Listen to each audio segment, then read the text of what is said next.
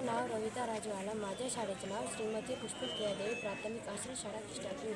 मी इयत्ता 7वी वर्गात शिकत आहे. माझ्या प्रयोगाचे नाव वैज्ञानिक सेंद्रिय शेती.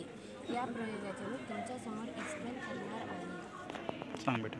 नैसर्गिक संसाधन म्हणजे आपल्या शेतात कापणी झाल्यावर उरलेला खरबा. खूप दुष्कट कुटार वेस्ट डिकम्पोजर असते.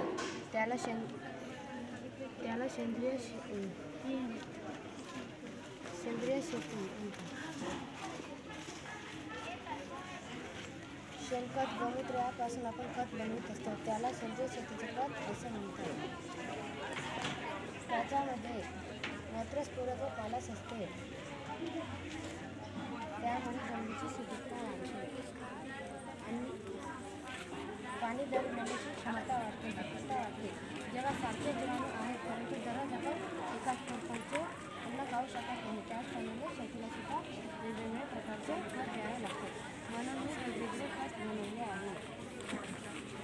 त्यामुळे जमीन सुपीक होते आणि पिकाचे मूळ जमिनीखाली खोलवर जाते, पीक जोमाने येते आणि उत्पन्नाचे प्रमाण वाढते. असे म्हणतात ना, पाया मजबूत असेल तर बुद्धी सुद्धा मजबूत होते.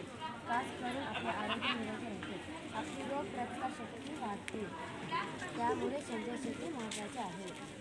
याच्यामध्ये गोबर गॅस दाखवले आहे. गोबर गॅसला बळगॅस सुद्धा म्हणतात. त्यापासून घरच्या गॅसवर लाईटसुद्धा चालते.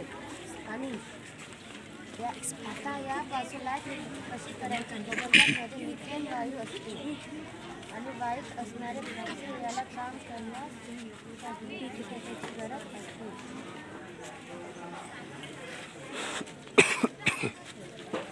इथे एक खड्डा बांधलेला आहे. पावसाळ्यात आपण विहिरीचे पुनर्भरण केलेले आहे. म्हणजे पुनर्भरण केल्यास विहिरीचे पाण्याचे प्रमाण वाढते आणि पिकाचे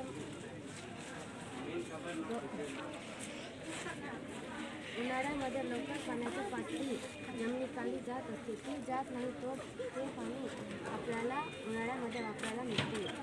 शेतीच्या चोहीकडून मी झाडे लावलेली आहे. कारण अचानक पाऊस येतो, कधी कधी जास्त पाऊस येतो तर कधी दुष्काळ पडतो. त्याचा परिणाम डायरेक्ट शेतीवर न पडता आपण जे झाडे लावलेले आहे त्यावर पडतो.